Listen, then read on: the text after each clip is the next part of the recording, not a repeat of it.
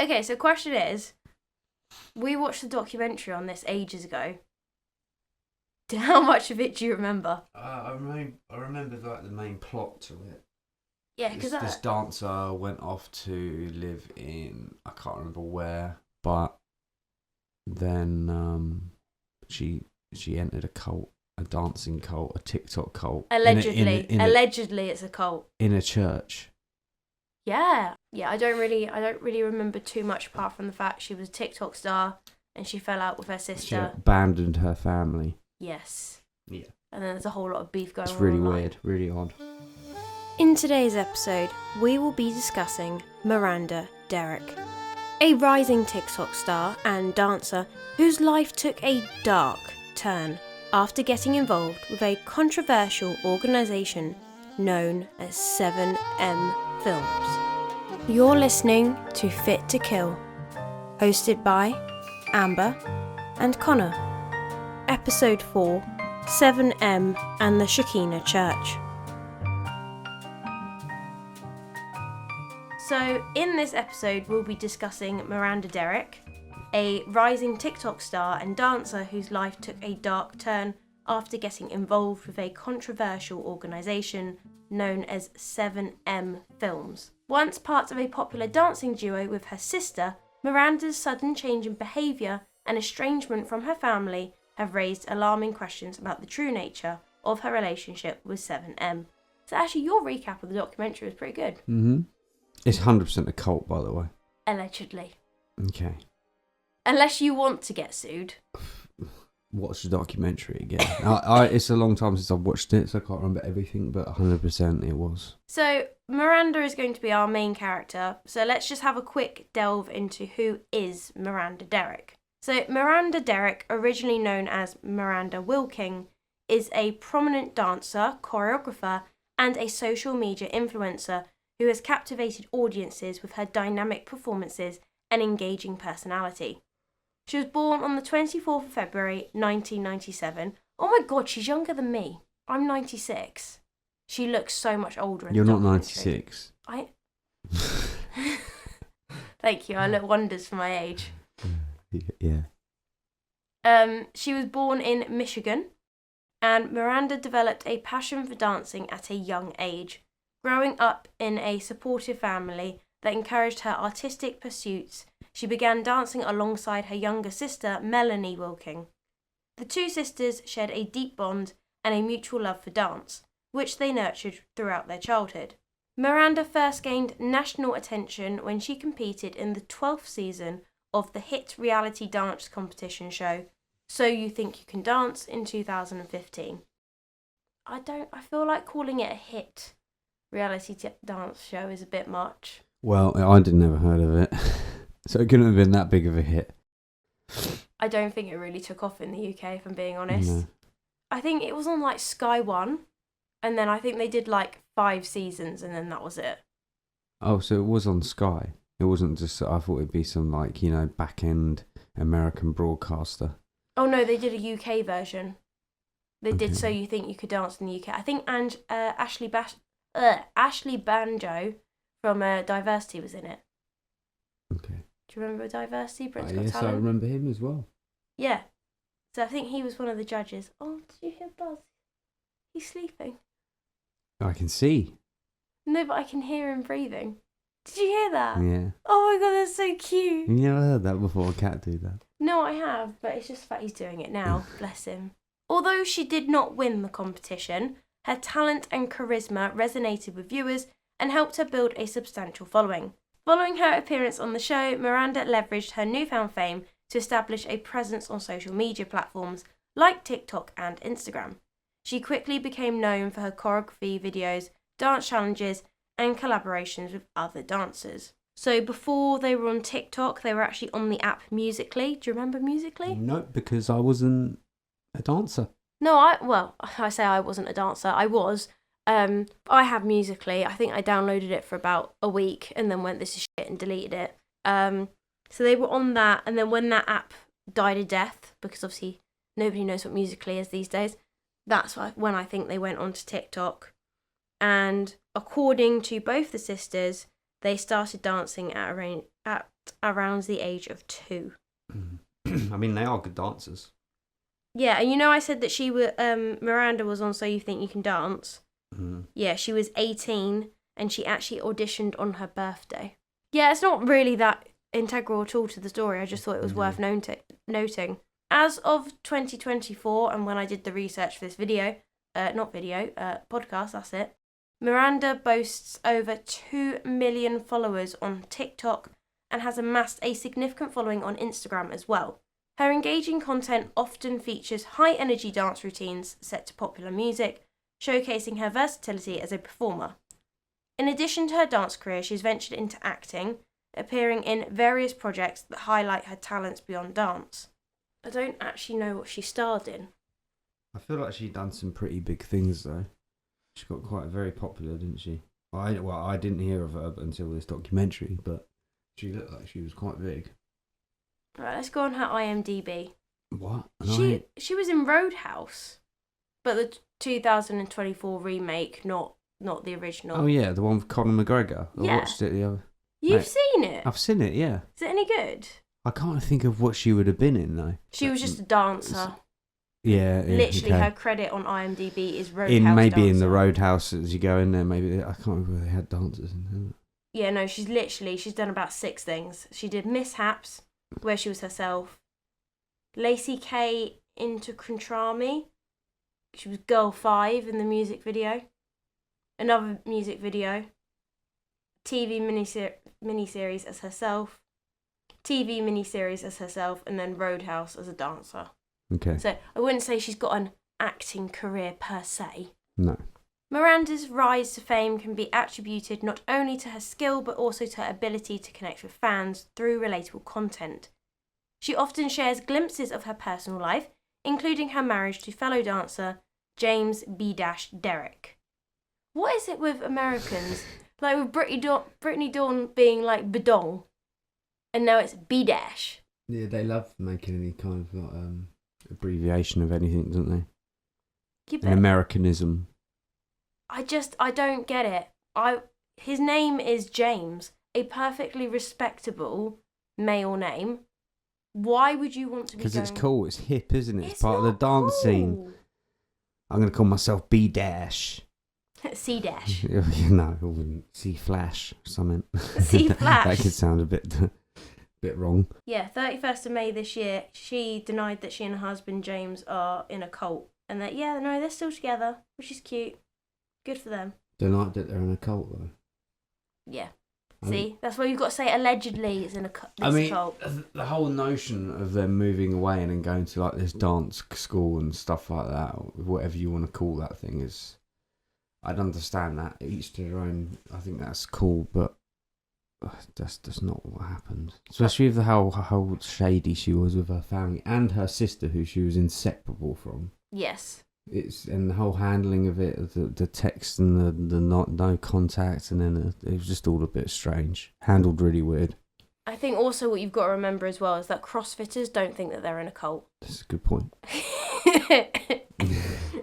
It's a very good point. So Miranda was raised in suburban Michigan by her parents, Kelly and Dean Wilking. Both parents played an integral role in fostering Miranda's love for the arts from an early age. They encouraged their daughters, both of them, to pursue their dreams and provided them with opportunities to take dance classes and participate in local performances. This nurturing environment allowed both Miranda and Melanie to flourish creatively. Melanie Wilking, oh my god, I can't say Melanie. Oh, I just did it. Melanie Wilking, Miranda's younger sister, is also a talented dancer and social media influencer. The sisters often collaborated on various projects, including joint TikTok videos that showcased their synchronized dance routines. Their bond extended beyond dance. They shared experiences growing up together and supported each other's aspirations in the competitive world of performing arts. As they transitioned into adulthood, both sisters moved to LA to pursue their careers professionally. They quickly became known as the Wilking sisters, amassing millions of followers across their social media platforms. Their combined presence made them a notable duo within the online dance community.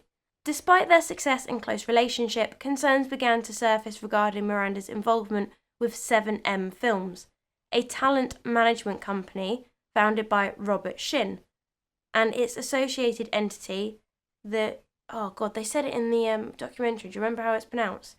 Shekinah? Is it Shekinah? No idea. Shekinah Church. In late 2020, after joining 7M Films, Miranda's family noticed alarming changes in her behaviour. She became increasingly distant from them and more secretive about her life choices. Do you think the pandemic might have had an impact on that? What year was this? Well, it says late 2020, and that's when she joined them. People would have still been isolating. There was still been a lockdown, yeah. There was different. They lifted them and then brought them back, didn't they? And it was until 2021, almost 2022, when that kind of stopped, I think. Mm-hmm. I mean, we got to remember it's in the States. So obviously, the States didn't have the same lockdown rules and stuff that we did. But she joined them in late 2020. And obviously, if they're then having people live on site, do you reckon because she was then maybe having to isolate there, that maybe that had an impact? You said this happened in late 2020. COVID happened at the very start of 2020. Yeah, but as you said, it got lifted and then brought back, didn't it? Yeah, but we were in lockdown for a long period of time, and then it got lifted as you're getting closer towards Christmas. I remember it lifting. Well, actually, if you remember in the UK, they were trying to do it by county, weren't they? They were like, yeah, this one's shut off, but actually that one's not, and that didn't work, did it? I can't confirm nor deny if it had any impact on it at all. I'm just throwing ideas about that.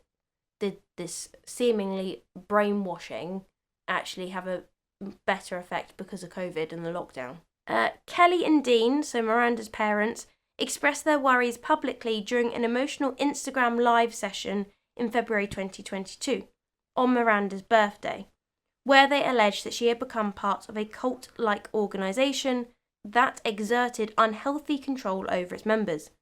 They claimed that after signing with 7M's Films in January 2021, Miranda had cut ties with her family completely and was living under the influence of Robert Shinn. The family statements highlighted their fears that Miranda was being manipulated psychologically and emotionally by the organisation. They described feeling helpless as they watched their daughter transform into someone unrecognisable due to the pressures exerted by Shinn and his church. Melanie, Melanie. Thank you. Miranda's sister also voiced concerns about how the environment within 7M's Films affected not only Miranda, but also other dancers associated with the group. I think it's quite interesting in the fact you could quite easily spin it that Melanie is jealous of Miranda. Yeah, you could, but that doesn't watching the documentary doesn't suggest that. I don't know. Exactly, and that's what I was going to say. It was genuine, just concern for the safety of her sister. Yeah, and wondering like what's gone, why she just sort of shifted so differently. Yeah, you've pretty much said exactly what I was going to say. In the fact that like I feel like it's easy to go with that viewpoint of she's doing it because she's jealous. That would be an easy suggestion for Miranda to say that. I don't know if she has said that, but yeah, I could see people doing that. Easy direction, easy excuse there. Yeah, like, you know, you're just jealous because of how much fame and how well I'm doing. But I agree with you, when you're watching the documentary, you know, they bring up the like posts from Instagram. I think they actually did show the Instagram live, didn't they? But it seemed to be more about the owners of the church controlling them, telling them what they wanted from them. Like they were advising her to get away from her family and shut away from her family, which shouldn't ever happen. That should be her decision. Yeah, the vibe was very much... That's what's weird, is you should do what we say. Yeah, and it was like, if you want all this fame and everything that we're giving you, you need to cut them off. Yeah, that's what I remember so far from that. Yeah, and I feel like both Melanie and her parents came across very sincere in the documentary. Mm. And you would, if that was your daughter, you'd go, because they went to outside the grounds of the place, right? And they were on the telecom saying, we want to talk to our daughter, which they'd probably turn around and say sounds like they're pestering and harassing her, but that's a genuine response you would have if that was your daughter who had just gone to this church and shut herself away from her family and started behaving out of character. So was it definitely that documentary though? Only because we watched the Louis Theroux Scientology one at the same time, and my brain is crossing wires No, here. they went there to try and talk to their daughter. Okay, fine. Because I think sure. Louis Theroux did the same thing, didn't he? When he did the Scientology one. Yeah, that was funny. That's also a very good documentary. That was very Which funny. is, by the way, is strange as well, Scientology. Yeah, that's another cult. Yeah. What, allegedly? Really? Sorry, yes, it's a religion, isn't it? Yes. That's bizarre. That's really bizarre. But anyway. A lot of these cults, alleged cults, are odd. CrossFitters. Mm. Nobody needs to be putting the weight above your head like that. Yeah, cheating it. Yeah, cheating it. Don't need to jerk it. It's fine. And that's why CrossFitters will never have the same body as what bodybuilders do. Well, they don't, but they are extremely fit individuals. I'm not denying that. Oh my god, yeah, no. They are they're athletic, but If they're not. If it came to running, they would run circles around me. Yeah, I'm not denying that. I just look a lot better.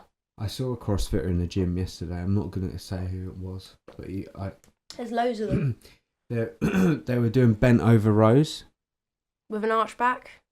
Well, they were just swinging it and like using momentum. And so, you know, like you see people doing like strict, you know, like a bodybuilder would do, you know. It's all about mind-to-muscle connection and the squeeze. Yeah, and it's like slow on the eccentric and stuff.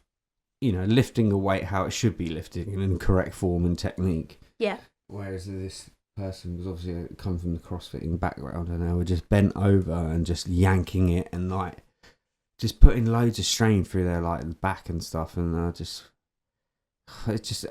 they obviously had more weight on there than what you'd expect someone to be doing really for a bent over row of anyway. And so what they do is they use to cheat more weight. They just throw their momentum into it, and it's just. I mean, if you're training for CrossFit, fair enough, but it's. Like CrossFitters. It's just not a type of training that I really. Right, so people like Chris who actually do competitions and do it properly, I have the respect for. Because they do, when they are lifting, they lift properly with correct technique. It's your average Joe that then decides there is to be definitely a a CrossFitter. knack to some of the stuff they do and how they do it to cheat it, to manipulate the weight. Like with cleaning and doing the jerks and stuff like that. I mean, look at Ash. He does CrossFit. Like, the way that he does it, it's actually quite admirable. Do you know what I mean? Mm. Like, the guy is really strong. He's got really good technique.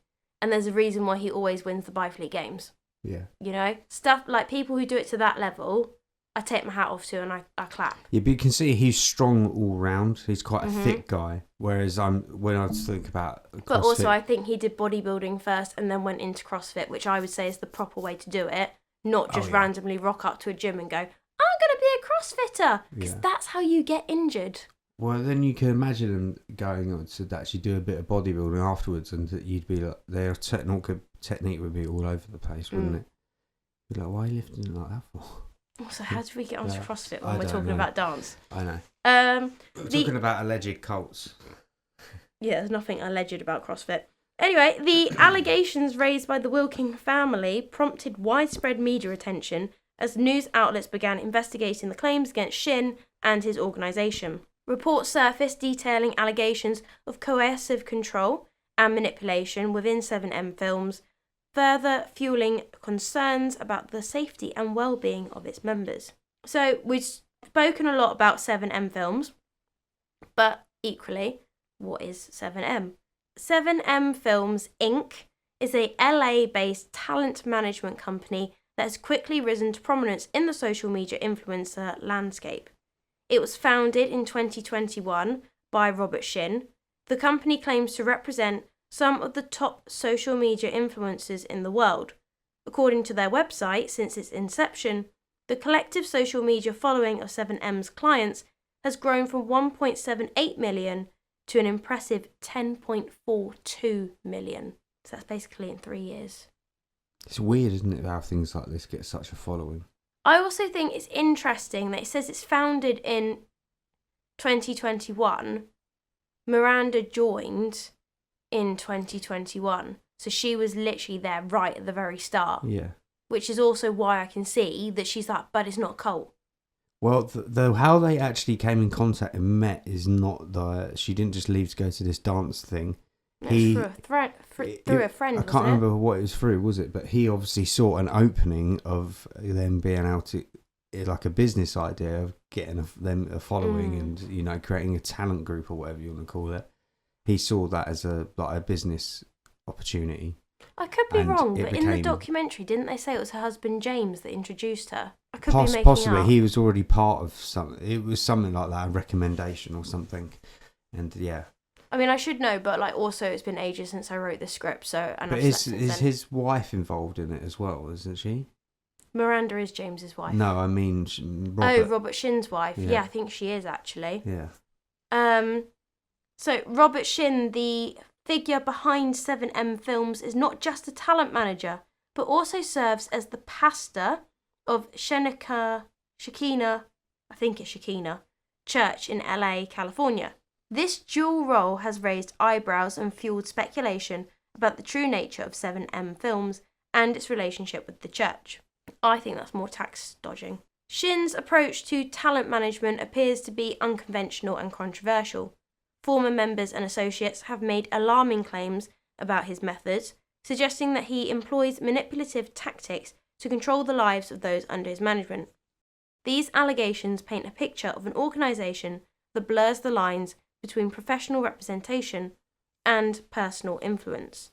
According to testimonies featured in the Netflix docuseries Dancing for the Devil, which is the one that we watched and we keep referencing, Shinn's operational style within 7M Films is characterised by intense control. So members reportedly live together in a house to create content, with Shinn allegedly having significant influence over their daily lives. Financial manipulation. There are claims that Shinn takes a substantial portion of the earnings from the dancers he represents. Isolation tactics. Several individuals have accused Shinn of encouraging members to sever ties with their families. And religious indoctrination. So Shinn reportedly refers to himself as the man of God, promising salvation through his teachings. The relationship between 7M Films and the Shekinah Church is complex and controversial. While Shinn maintains that there is no business affiliation, bullshit, between the two entities, former members paint a different picture. I don't see how there can't be a business affiliation between that. Between 7M and the Shekinah Church.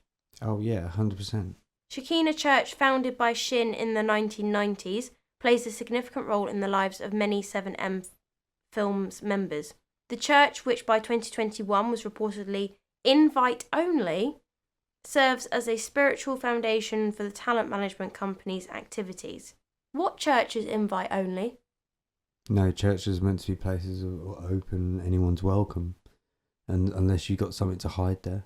Yeah, but even then... It's all about controlling who's inside that church and not letting outsiders see what's going on.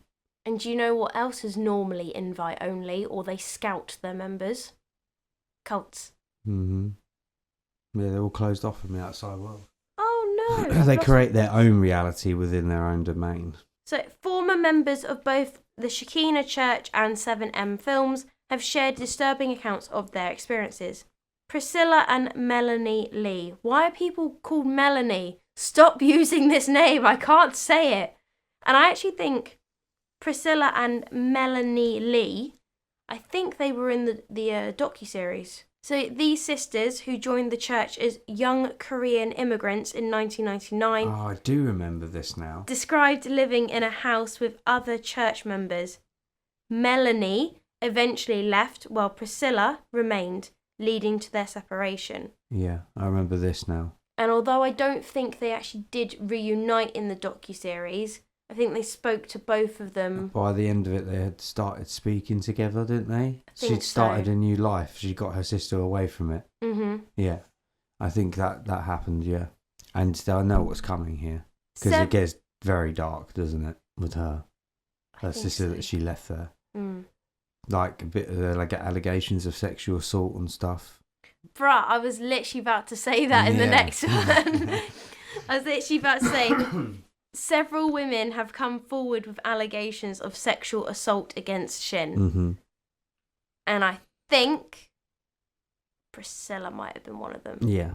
or Melanie, one of the two. I think maybe even both. That's in some. I don't know. Have dealt with some, but definitely one of them for sure. Former members claim that church employees were severely underpaid, and there are accounts of Shinn using religious teachings to exert control over members' personal and professional lives. These testimonies have led to serious allegations against Shinn and 7M Films, including accusations of human trafficking, forced labour and fraud. As of 2024, a lawsuit involving these claims is scheduled to go to trial in July 2025 in LA. So although no criminal charges have been filed against Shinn to date. So obviously we're in December 2024, so I don't know the outcome of that trial, but we will do next year. Oh, it hasn't? No. It still hasn't been resolved? As of 2024, a lawsuit involving these claims is scheduled to go to trial in July 2025. So it'll go to trial next year. Okay. I'd like to see the outcome of that. I'm sure it'll be blowing up all over my YouTube at that point, because I subscribe to like law and crime and stuff like that. So I've been well up to date with the Liam Payne stuff and the Conor McGregor rape allegations, although he did get convicted of that. And at Which the moment, he's actually appealing. Yes, that, he is. So yeah, because he was. I think one of the claims was like he apparently turned around and went, "This is what I did in the Octagon" or something like that. And he was like, "Why would I, a prideful man, talk about something that I lost? That's quite sore." yeah, I couldn't imagine him saying something like that. But there's no doubt that he is enjoying his party in life and using substances, which doesn't make you rape someone at all. But what I'm saying is, his life has definitely changed from who he was when he was coming up and he was hungry to fight. Mm-hmm. He was a man of focus, whereas now I think he's just enjoying the fruits of his labour. He's not really genuinely interested in fighting, and he's got himself into a sticky situation where he's probably cheating on his girlfriend. But oh yeah, I'm not saying that he raped this woman at all. And you know, when you get into that position, people do and say things to get money from you, and I think that's what's happened here. So I think she's accused him of something that he hasn't done, which I'm not saying I've definitely gone off him from who he was before. So what, because of the rape allegation? Just because of how I see him behaving now. I look at him and see how he behaves on TV and on videos. I cringe. I just think, God, how he used to speak of himself and all this sort of lifestyle that he's living now. Because he's completely changed. He used to be quite funny, and how he used to talk shit, and it's quite funny in how he behaved. But now you just see him, and he behaves like a petulant child. I just feel sorry for him. I don't feel sorry for him because he's got fucking shitloads of money. Anything, he's become a brand, so in any business eventually he could probably get something out of it. Not that he needs to, and he's got so much opportunity now, but I think he's destroying kind of his legacy and partying and taking drugs and just shouting at the camera all the time. It's just all a bit. Yeah. But maybe he doesn't care about legacy. You've only got to look at Mike Tyson. I'm sure he doesn't give a shit what anyone thinks about him. But it's like Mike Tyson with that Jake Paul fight. He's destroyed his legacy by doing that. And then he did a... No, that's different. No, that's different. He has a little bit, but then even he said, I don't care about legacy, because once you're gone, you're gone. No, yeah, but that's a completely different situation. It's not though, is it? Anyway, the rise of 7M Films and its connection to the Shekinah Church represents a troubling intersection of social media fame, religious influence, and alleged exploitation. As investigations continue and more stories emerge, the true nature of this organisation and its impact on the lives of young influencers remains a subject of intense scrutiny and concern.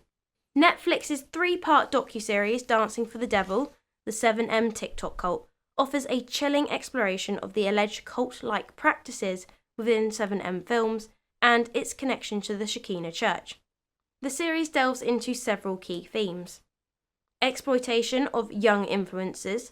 The docuseries reveals how 7M, under the guise of a talent management company, allegedly manipulated aspiring dancers and social media stars. Religious indoctrination. It exposes how Robert Shinn, the founder of 7M Films and pastor of Shekinah Church, reportedly used religious teachings to exert control over members. Isolation tactics. The series highlights how individuals associated with 7M were allegedly encouraged to sever ties with their families. Financial manipulation.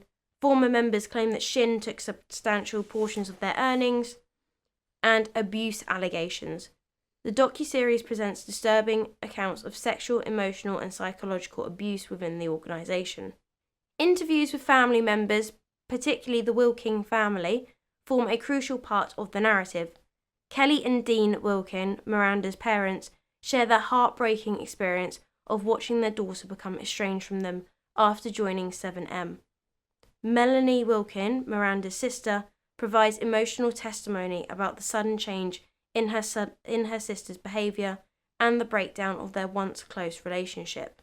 We also hear from former members of the Shekinah Church and 7M Films, offering harrowing accounts of their experiences. Priscilla Lee, a former member who has filed a lawsuit against Shinn, shares her story of manipulation and abuse within the organisation. So Miranda, since the documentary has been aired, has actually commented about the documentary. Are you okay? I completely zoned out. I know you did. That's why I looked at you. I was still thinking about the Conor McGregor thing. We left that ages ago. I know. I've just been staring out the window into space, completely lost. Are you looking at that monkey tree again? I was looking at the monkey puzzle, yeah. And just kind of going off into space. I'm glad that you find our podcast interesting and that everybody else does as well. You just got me thinking. About Conor McGregor and monkey puzzles? No, not about the monkey puzzle. I was looking at that, but I wasn't thinking about that. You can do that, you know. That's called daydreaming. I was dissecting his behaviour in my head, and I just thought, yeah. So anyway, basically what I was saying is that Priscilla Lee has filed a lawsuit against Shinn. So I think Priscilla Lee. Priscilla Lee. Yeah, you went Priscilla Lee. Like, you know, when Harry Potter says diagonally. Diagonally. That's what it sounded. It just become one word. Priscilla Lee. Yeah, Priscilla Lee. Yeah. She filed a lawsuit against Shinn, so I think it's hers that's going to be happening in 2025. Okay. And basically, Miranda Derrick has seen the Netflix documentary. Yes. Well, I'm sure she would. If you made a Netflix documentary made about you, she would probably go watch it. And she has responded. Okay, what's the response? Miranda Derrick's response to the docuseries has been one of distress and concern for her safety. In an Instagram video posted after the series release, Miranda, alongside her husband James, expressed that they feel their lives have been put in danger. Interesting how she's part of this not cult. I reckon that's Robert suggesting that and pushing that into their minds. Yeah, but that's the thing. So she's not a part of a cult, as she claims. Everyone's just generally worried for her safety, I think. Like, why is that putting your life in danger? Exactly. Maybe putting her life in danger because of now they're part of something they maybe can't get out of. But that's the thing. Who's the dangerous one? Yeah, who is she fearing as the danger? That says to me, if she feels like her life is in danger, she fears for her life from the repercussions of Robert. I reckon so. It's got to be. Because otherwise, who is going to hurt her? I reckon that's the real danger. I think that's the truth of it. Oh yeah, no, I think he's a dangerous man. But I reckon he may be pushing it onto them, like what this thing's dangerous for you because of the outside world and all this stuff. He's probably pushing the attention away from him. Yeah, there's definitely a lot of manipulation going on there in terms of him making them fear for their lives, if that makes sense. Even if he actually has no intent of doing anything to them, he's definitely making them believe that they're in harm's way, potentially. Maybe as a way to get her family to then stop. Yeah, probably. That would be a good tactic. Because then it's a case of like her family might stop if he then says, let the world know that your life is in Listen, danger. she's old enough and big enough to know better. She's married. She says that she's happy, and they should just accept that maybe her daughter is a bit of a lost cause, Yeah, but you and let her can't live her know. life. But actually, no. In the documentary, she met back up with her parents, didn't she? And they had Christmas together. Yeah, they did, but even they were like, it just felt very forced. Yeah, and very robotic, I would imagine. Mm-hmm. And they weren't. Did they say they weren't allowed to film it or something like that? Which Weren't actually I allowed to don't post mind it on social media. Yeah. Yeah, that's really weird. And even then, That's so weird. Yeah, it's. You're having that at Christmas time with your daughter you haven't seen or spoken to properly. You should be able to post on social media that like a Christmas photo or something. But that was not allowed.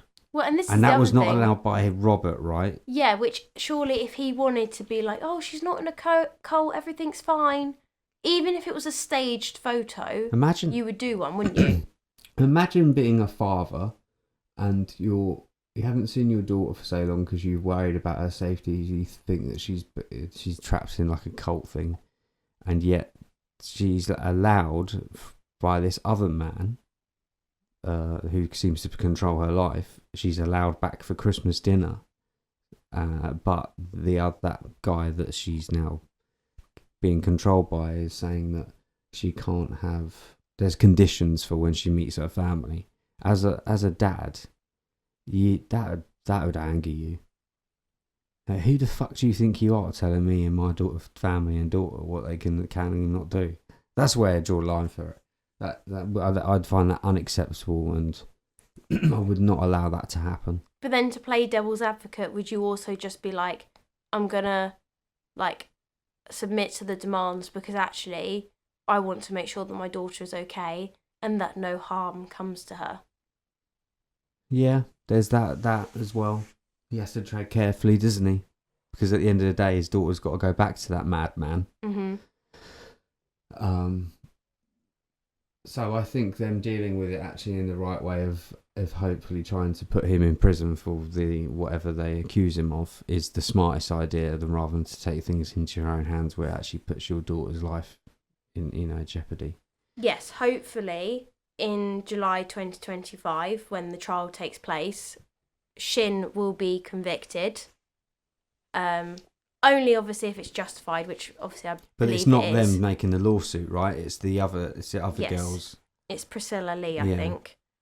So hopefully, if obviously it's found out that he is guilty and that he goes behind bars for that, it should then. But then you've also got the deprogramming. Do you know what I mean? Just because if he goes behind bars doesn't mean it's going to stop. Well, you've still got the wife. Yeah, and then also... But is she accomplice to whatever crimes they're being accused of? So could she be going to prison? Maybe. I don't... Well, but then say that, it's only for the sexual assault, isn't it? But if she would willingly knew about this and was allowing this to happen, she's also in trouble. Don't know. But yeah, I don't think it's as easy as him going behind bars, because you'd have then basically the de-brainwashing bit afterwards. I'm sure he's got his own insurance policies in place. Anyway. What, like Emperor Palpatine? Well, somehow Palpatine returned. Oh, you haven't seen that part of Star Wars, have you? No. Somebody got my reference then. And they You'd like to think so. You'd hope so. Yeah. That someone is. And then they really appreciated it. Yeah. I know that they did. Key points from Miranda's reaction, so this is her obviously posting on Instagram, include death threats. So Miranda claims to have received numerous death threats following her docuseries release. She read aloud messages threatening to gut her or shove her in the trunk of their car if encountered in public. Okay, now you can see the dangerous side from the other side, which it surprises me. Who would be making those? What kind of person makes those allegations? Right, and this is the thing. I don't want to say that they're fake, but they kind of come Sorry, across... not allegations. Makes those statements to someone who you'd normally be pretty worried for.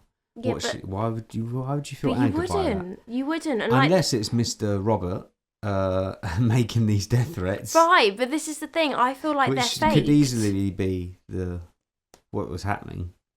I feel like they could quite easily be I faked believe that too. to make her feel like that her life is in danger, and then it's a case of like it takes the heat away from her and because the whole situation. if you saw her in public, you wouldn't shove her in the trunk of your car, would you? It also makes her fear for her life, so she feels like she should stay where she is because she's protected by the church. Yeah, exactly. Like, surely if you saw her, it'd be a case of like, if you did go up to her, it'd be like, are you okay? Do you know what I wouldn't go up to her, but if you did have the balls to, you'd just be like, are you okay? You'd be like, right on this napkin if you're okay. Yeah, yes blink or no. twice if you need help. Yeah. But anyway, I don't know if, as far as I'm concerned, they are legit, but I feel like that they're fakes, personally. She said that she's been subject to stalking and harassment. So the couple reports being followed in their cars and stalked, leading to heightening fears for their safety. Maybe people are just trying to look after them and they're following them to make sure they're okay. To be fair, that I believe. Because people are weird. Because they'll be like, oh my God, you're so-and-so. Even if it's a documentary, they'll be like, oh. Well, they're best, but they're only trying to be nosy and do their own research and find out what's really going on. Yeah, like, how could are they be that. living their life? Like, let's watch them and see what they're doing. Yeah. Miranda revealed that she had been privately meeting with her family for several years to work on their relationship. However, she feels the documentary has made it difficult to continue these efforts. I don't agree with that. No, that's come from someone else. And I feel like as well, if she has been making all these private efforts, which I think I also saw the Wilkins then actually counter what that allegation. I question how private they really were. Yeah, question how private they really were. And actually, if she's been doing this for years, she would know how her family feel about it. And, like, I feel like she would have been told prior that the documentary was being happened, stuff like that. She would have had a chance to say no, potentially. Because I think, like, when they did Panorama, they so Dr. Louise Newsom was a subject of a Panorama thing. They made it, but they had to tell her, by the way, this is coming out. Oh, yeah. So she would have had, at some point, actually been able to say, I don't want you to do it. Even if they weren't able to pull the plug in time, she would have been able to have voiced it. And I think they actually came back. That's also the BBC. Is it the BBC Panorama? It is, isn't it? Yes. That's also them covering their asses. Yeah, but I think, well, again, it's the States. It's slightly different. But I think over here, you legally have to. I think you have to give them X amount of notice. I would imagine Netflix do that too. But they also got in trouble, for the baby reindeer, though, didn't they? Because of how they said this is based on... a true story. Or this is a true story rather than this is based on a true story. So they could have got in trouble for that. So I don't know what Netflix are like when it comes to covering their ass. They're very good, I'm sure. Well, very they can afford better lawyers if they need them. Yeah, without a doubt. But yeah, I think the Wilkins have actually responded to this and actually said, like, we didn't realise that the documentary was going to put a wedge between us. Like, we thought, like, this was our way of actually trying to reconnect. She never mentioned about this strain. And I think they actually even said that, like, she didn't really feel like she was putting in a lot of effort with them and that she hadn't actually met with them as many times as she claimed she had. I think I remember reading that. Miranda then expressed her preference for keeping family matters private and feels forced to defend herself publicly due to the docuseries. And Miranda mentions being a plaintiff in a defamation lawsuit which limits her ability to comment on specific allegations. Miranda's response highlights the complex and contentious nature of the situation, revealing the deep rifts that have formed within her family and the broader implications of the docuseries release.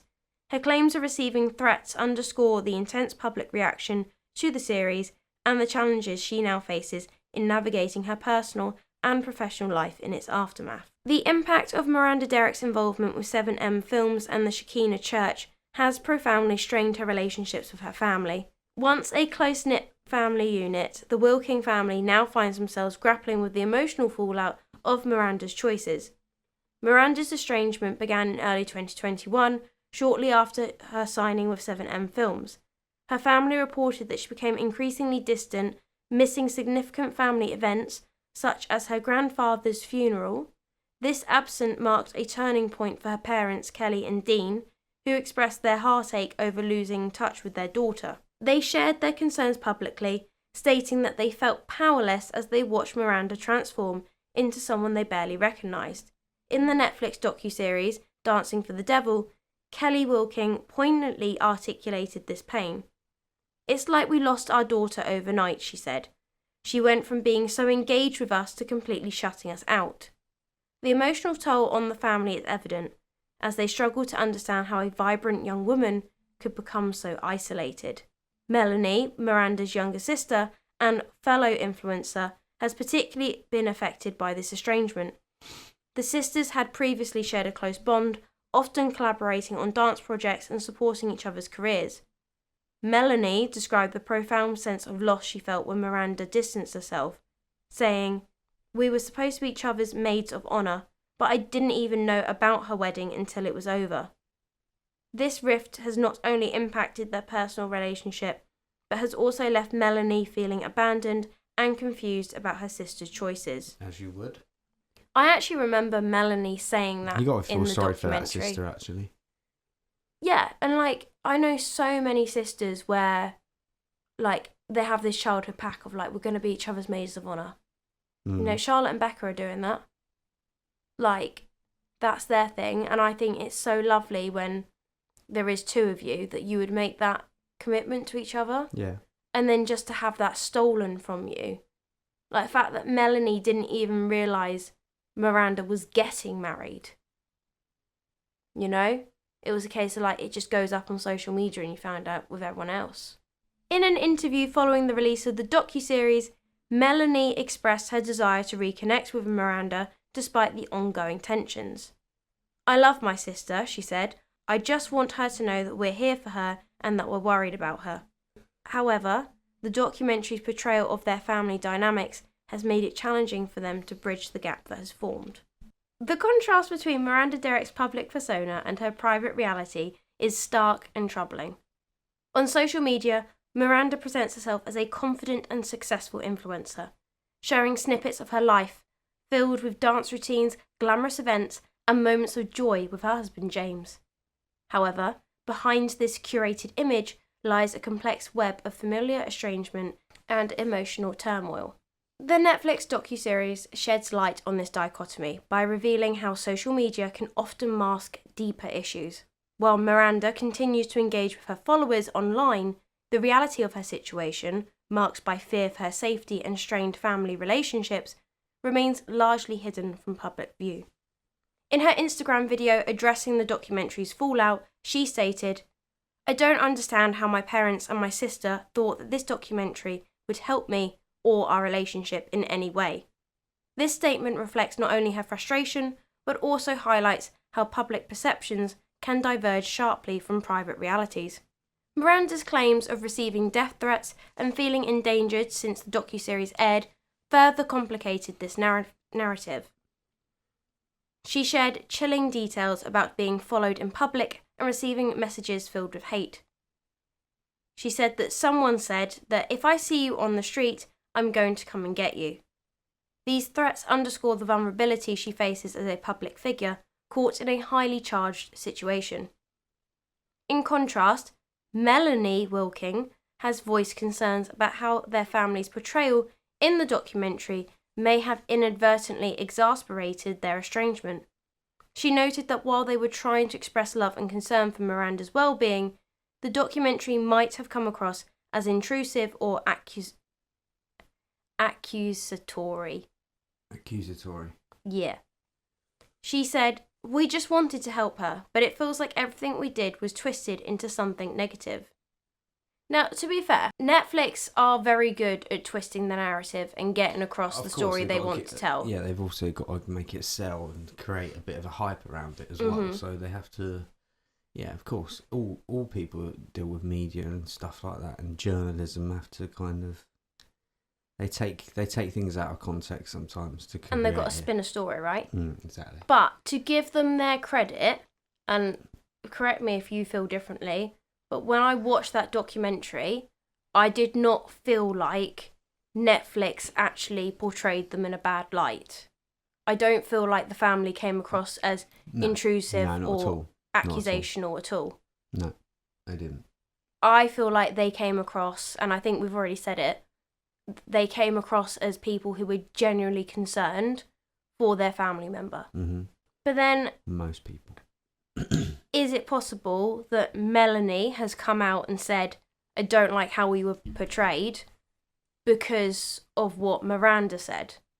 Do you think it's possible that because Miranda was like, well, you did that Melanie's then just gone, oh no, like, you know, it's all been taken out of context, you know, to try and salvage any sort of relationship with her sister possible? Maybe, yeah. Yeah, I think that's a good point, yeah.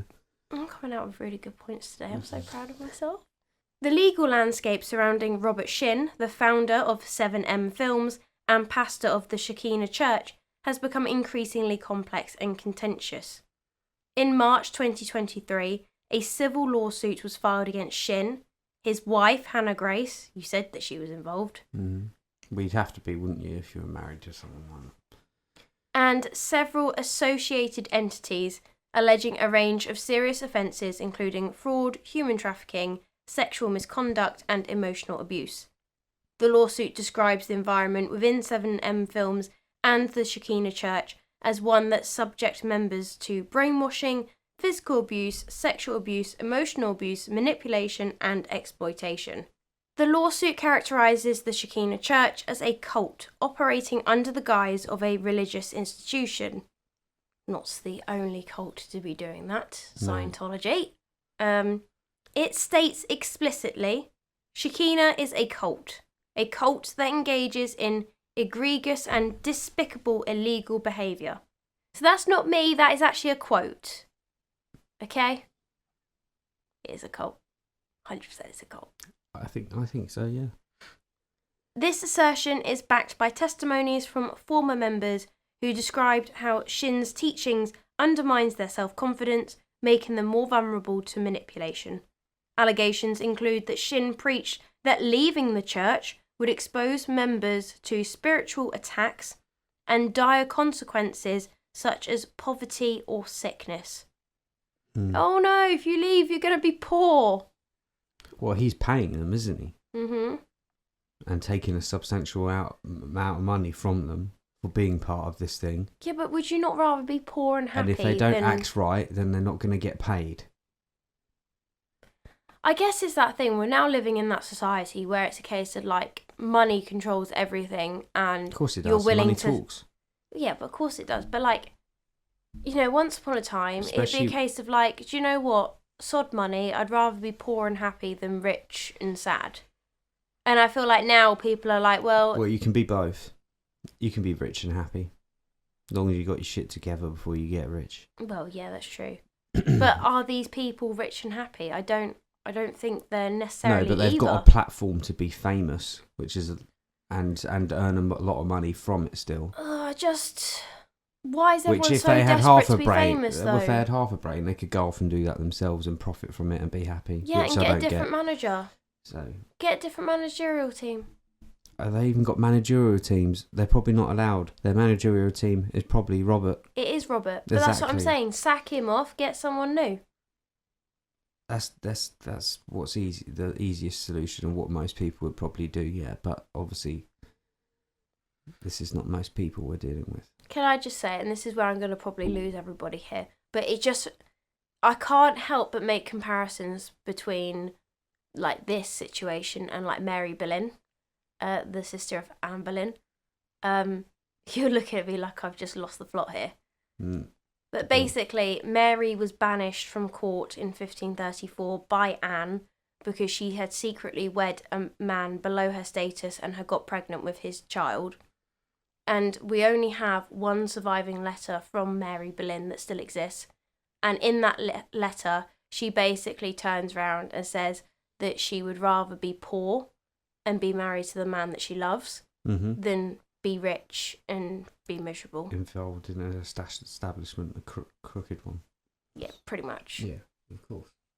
So, it's not really that linked, it's just that it just popped in my head see when where we your talk about this. comparisons are coming from. Also, you've got a love for history. Yes, and it was there, and it was just kind of sitting there. This is vastly different, though.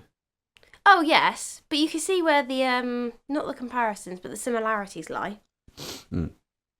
In addition to the civil suit filed against him, Robert Shinn previously initiated legal action in October 2022 against 2 former church members and social media moderators who had been vocal about their negative experiences with him and his organisation. He accused them for defamation for labelling his church a cult. I mean, if it walks like a duck and quacks like a duck, it's a duck, right? Oh, that's a very good way of putting it. I've never heard that before. Have you not? No, that's good though. I like that. Yeah, but you're right, absolutely. If it walks like a duck and sounds like a duck, is it a duck? Yeah. However, this legal battle has morphed into a larger conflict as former members banded together to counter-sue Shinn in 2023, claiming they were subjected to coercive control and exploitation during their time with 7M Films. As of now, the legal proceedings against Robert Shinn and his associated entities are set to go to trial in July 2025 in LA. The case has garnered significant media attention due to its serious allegations and the involvement of prominent social media figures like Miranda Derrick. The ongoing lawsuit highlighted a troubling pattern of behaviour attributed to Shinn. Former members have come forward with harrowing accounts of their experiences within both 7M Films and the Shekinah Church. For instance, Melanie Lee, one of the sisters... honestly, because otherwise it's just... I found a word that you cannot pronounce. I can pronounce it, just very, very slowly. Melanie. No, because otherwise it just Say come Melanie. out... Melanie. Melanie. No. There's an N in there. I know. Melanie. That's going to take some work. I know, that's why I'm saying it slowly. I'm having my own diagonally moment right now. Okay, leave me alone. For instance, Melanie Lee, one of the sisters involved in the counter-suing against Shinn, described feeling brainwashed after joining the church.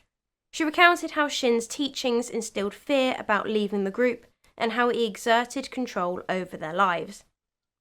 Despite these allegations, no criminal charges have been filed against Shinn as of yet. The absence of criminal proceedings has raised questions about accountability within organisations like 7M and the Shekinah Church. While civil suits can lead to financial restitution for victims, they do not carry the same weight as criminal charges in terms of legal consequences for alleged wrongdoing. The Netflix docuseries Dancing for the Devil brings these issues to light by featuring testimonies from former dancers who have since distanced themselves from 7M. Their stories serve as powerful reminders of the potential dangers lurking behind the facade of fame and success in the influencer world. As their legal battles unfold, both sides remain entrenched in their positions. Shinn continues to deny all allegations made against him, asserting that his organisations operate with integrity. Meanwhile, former members are determined to seek justice for what they describe as years of manipulation and abuse. The emergence of organisations like 7M highlights the potential for manipulation within the realm of social media and influencer culture. As young influencers seek fame and success, they often find themselves vulnerable to predatory practices that can lead to exploitation. The Netflix... Fuck my life. You need some alpha brain. Alpha brain, what's that? It's like a cognitive supplement you can take to help you improve your vocab, apparently. What, like Neurotonic? Yeah. Yeah. That's James Smith PT's brand. No, I know. Just gonna move Chris on. Wills as well, actually, is in partnership with him. Yes, he is. Yeah. So New Tonic is a drink and also brain pills, which I just find brain pills. Have you not seen that Scarlett Johansson film where she takes all those pills and then she's like able to access like a larger percentage of her brain than what we normally do? Yeah.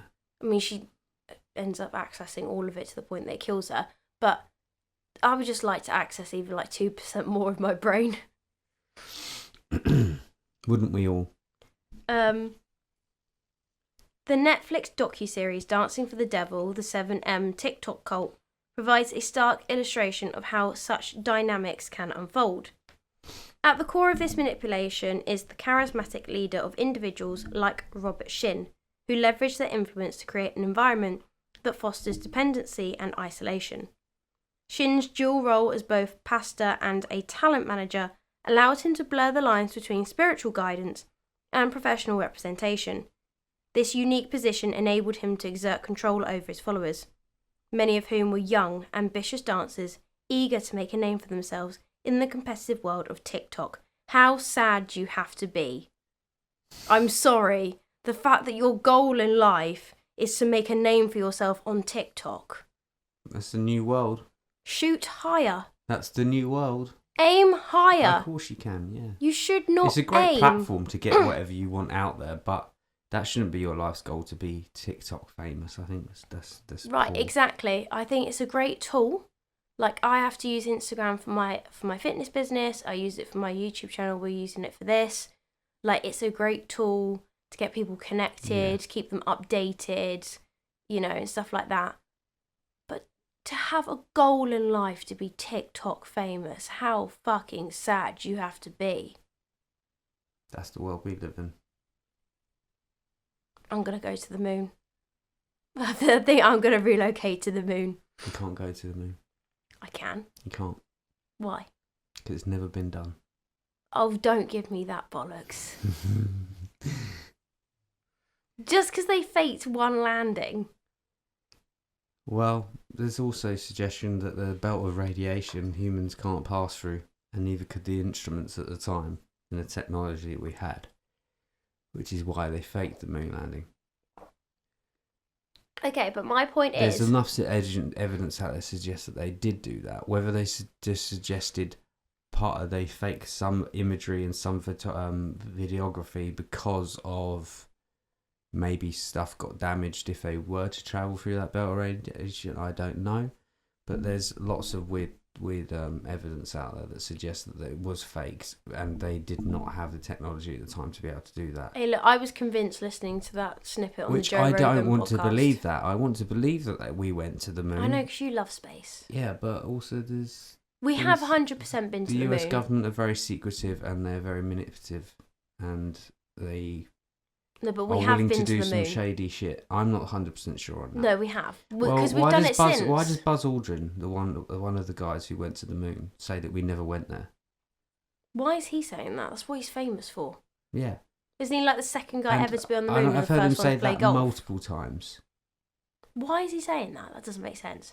But what I'm saying is, even if he didn't go, and Lance Armstrong wasn't the first guy to step foot on the moon, we've 100% been there since. No, we haven't. No, that's the whole Apollo missions. That whole program was about going to the moon. Was that whole program fake? Was it? I don't know. Yeah, but I'd like to think that we were capable of going to the moon, because that's some feat. We send astronauts into space all the time. Yeah, we do. But going to the moon's a lot further than the International Space Station, and there's a belt of radiation that you have to pass through to get to the moon that is incredibly dangerous. It takes about, I think someone said it takes about 90 minutes to pass through that belt.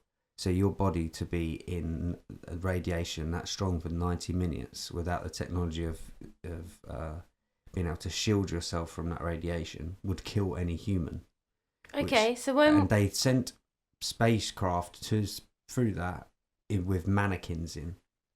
So we don't know whether any humans really did go to the moon. I don't know. I'd like to think that they did, but right, allegedly. I need to do more research on that. Yes. But there's evidence to suggest that none of that ever happened. But I have a question. Allegedly, when was the last time we actually went to the moon? Supposing it was all true, when was the last time that we went? Well, the Apollo program was in the 60s, right? So 60s into the 70s, and then I Well, don't think all of the Apollo's moon missions, all of them. Apollo, yeah. Right. I think okay. Apollo, the program, space program, is all lunar. When was the last time we went to the moon? Not- Apollo 17 in 1972 Yeah, remains so- the last crewed mission to the moon. Like 1917. Okay. No, 1972. Sorry, 1972. It was Apollo 17. Yeah. Yeah, 1917 was when we had World War One. And they landed. The first time they got on the moon was the late 60s. Yes, that I know. John RFK set that mission to within the decade to go to the moon, and he actually died before they ever did. Okay, so now I'm just questioning myself. Like, why has it been like 50 years since we last went to the moon? Exactly. Why do you think that is? Because maybe we can't. Oh, that's sad. Maybe it was a race to beat the Soviet Union. Oh yeah, no, that I believe. And we couldn't do it, 100%, 'cause it so was a we Cold faked War. doing it. There's Hang on, also hang on. questions when you about... say we, Of don't the drag US government. Britain into this. Okay, the Cold War was between the Russians and the Yanks. Yes. Us okay. Brits, nah. Yanks is not politically correct, by the way. Is it not? No, Americans. Oh, is Yanks actually not? Well, I'd probably... you can get into trouble for anything these days, so I wouldn't use that term. Oh, but I thought that was okay. No, just say Americans, it's easier. But well, okay, fine. But I thought it was like calling the Scottish the Scots. It could be, but I'm sure there's someone out there that get offended by calling the Yanks. But they have the Yankees. No, I know. New York Yankees. Yeah. Mm. Well, just say Americans, it's easier. No, why have you got to... because Yanks is easier, and if they're offended, then they're a hypocrite, especially if they're a Yankee Okay. supporter. Do you not think? Moving on. Yes. One former member described the indoctrination process as a form of dying to oneself, where individuals were taught to sever ties with families and prioritise their allegiance to Shinn and the church. This is a quote, "Dying to your family in order to save them." One ex-member explained was framed as a way to enhance their chances of achieving salvation in the afterlife. This kind of rhetoric illustrates how cult-like organisations can exploit religious language to manipulate vulnerable individuals, creating an environment where questioning authority becomes nearly impossible. The documentary reveals that many dancers initially joined 7M seeking legitimate opportunities, performances on shows like The Ellen DeGeneres. I can't say her last name. The Ellen Show. Ellen DeGeneres. Yeah, no, not degenerate. Degenerous. Ellen DeGeneres, right? Or booking with major brands. However, as they became more entrenched in Shinn's world, they found themselves trapped in a cycle of manipulation. The promise of fame often came at the cost of personal freedom and familial relationships, leading to devastating consequences for those involved. Several societal factors contribute to the thriving nature of groups like 7M within digital spaces like TikTok. In today's digital age, social media platforms have democratized fame, allowing anyone with talent and charisma to achieve viral success. This allure can create desperation among young influencers who are eager to capitalize on fleeting opportunities. Organizations like 7M exploit this desire by presenting themselves as gateways to success. Isolation through social media. While social media connects people globally, it can also isolate individuals from their immediate support networks. As influencers become more engrossed in their online personas, they may inadvertently distance themselves from family and friends who express concern over their choices. This isolation can make them more susceptible to manipulation by organisations that promise acceptance and belonging. Lack of regulation. The influencer industry remains largely unregulated, allowing management companies like 7M to operate without oversight. This lack of accountability makes it easier for unethical practices to flourish, as there are few checks on how these organisations treat their members. Vulnerability of young adults.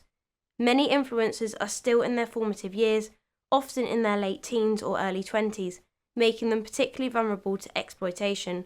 The pressure to succeed can lead them to overlook warning signs or rationalise unhealthy behaviours within their organisations. Cultural narratives around success. The cultural narrative surrounding success often emphasises individualism and self-promotion, which can encourage young influencers to prioritise their careers over personal relationships or ethical considerations. This mindset can create an environment where loyalty to a management company or leader supersedes familial bonds. The allegations against Robert Shinn and 7M Films serve as a cautionary tale about the potential dangers lurking behind the facade of social media fame. As more stories emerge from former members who have bravely shared their experiences, it becomes increasingly clear that there is a pressing need for awareness and education around these issues. And that is everything I have so far on Miranda Derrick and 7M. So make of that what you will. There are a few things that I kind of missed out, and I was a little bit upset We need that to I didn't recap include them. that documentary to kind of really get an idea of just how bad it really was, because I remember it being pretty bad, but obviously you kind of lose sight of that when it's been so long. Yes, realistically, we probably should have watched that last night instead of Dragon Ball Z. But I liked Dragon Ball Z. But yeah, so this is actually going to be one of those cases that we're probably going to have to revisit in July 2025. Maybe yes, a bit after. Once we get the verdict of this lawsuit. Interesting to find out what... You just don't know what happened these days in court. But seeing as there's people willing to testify against him who have been part of the actual group and in that environment, that leads a very strong case against him. Yes, agreed. So let's see. Hopefully justice is served. The thing is, though, is that because he's also a pastor, he has, like, the religious protection as well. I guess the thing is, though, is, like, that also can be seen as he's using that as a way of manipulating people, which is against, I guess it just depends on how good the prosecution is. Yeah. And how good his defence lawyers are, really. That's basically what it is. So... Well, he has probably quite a bit of money to have some good lawyers, but then again, the people prosecuting him, do they have backing from people? Or do they have backing from Netflix? Well, I doubt they do, but no. They might have been given some sort of support to be able to do the documentary. But I think as well, like in the States, way. I think their legal system is you've got to prove beyond reasonable doubt, whereas over here ours is similar but not quite the same. So like here, you don't have to prove beyond reasonable doubt. You've just got to like... Let's see what the evidence in the case is. So that's it, guys. That is our coverage of Miranda Derrick, her relationship with 7M, and the Shekinah Church. We will provide updates in 2025 after the trial. You can follow us on Instagram at FitToKillThePod. 2 is the number 2. Subscribe to the show if you haven't already, and we will see you next time for some more health and fitness crimes.